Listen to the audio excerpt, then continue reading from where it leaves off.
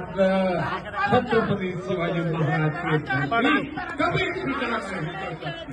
उसके लेके एक मराठा लाख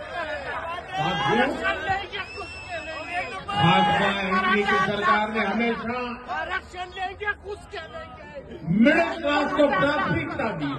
आरक्षण घुस के लेंगे। मैं मानता हूं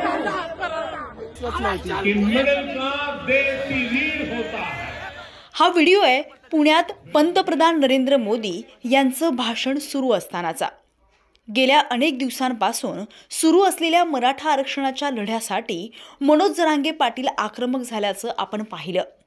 त्यातच निवडणुकीच्या प्रचार सभा सुरू असताना लोकसभेच्या वेळीही अनेक नेत्यांना अडवताना सभेत गोंधळ घालतानाची दृश्य देखील समोर आली होती। पण विधानसभा निवडणुकीत कोणत्याही जागांवर न लढण्याचा विचार करत जरांगेंनी एक पाऊल मागे घेतलं। अशातच एका मराठा आंदोलकाने आज पुण्यात नरेंद्र मोदींची सभा सुरू असताना एक मराठा लाख मराठा अशी घोषणाबाजी केली। आरक्षण घुस के लेंगे अशी घोषणाबाजी केली। अशातच मोदींच्या सभास्थळी उपस्थित असलेल्या सुरक्षा रक्षकांनी या मराठा कार्यकर्त्याला ताब्यात घेत त्याला समजावलं।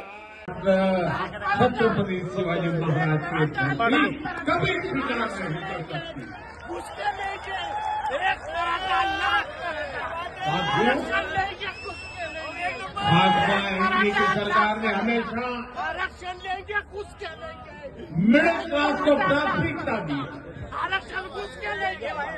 मैं मानता हूं आरक्षण कि मिडिल क्लास देश की रीढ़ होता है। ये मिडिल क्लास ही है,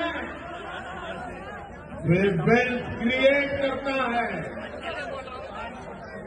वेल्थ जनरेट करता है। आरक्षण मिलना चाहिए। दुनिया की तीसरी सबसे बड़ी अर्थव्यवस्था बनने जा रहा है। इसमें सबसे बड़ा योगदान हमारे मध्यम वर्ग का है। मध्यम वर्ग प्रगति कर रहा है, कभी घोषित किया है। इसके तहत बड़ी बड़ी कंपनियों में इंटर्नशिप की योजना शुरू भी हो चुकी है। दरम्यान सभास्थळी थोडा वेळ गोंधळ झाल्याचं चित्र दिसलं, पण मोदींचं भाषण सुरूच राहिलं। लोकसभा निवडणुकीत मोदींनी शरद पवारांवर केलेल्या टीकेनंतर महायुतीला फटका बसल्याची चर्चा होती।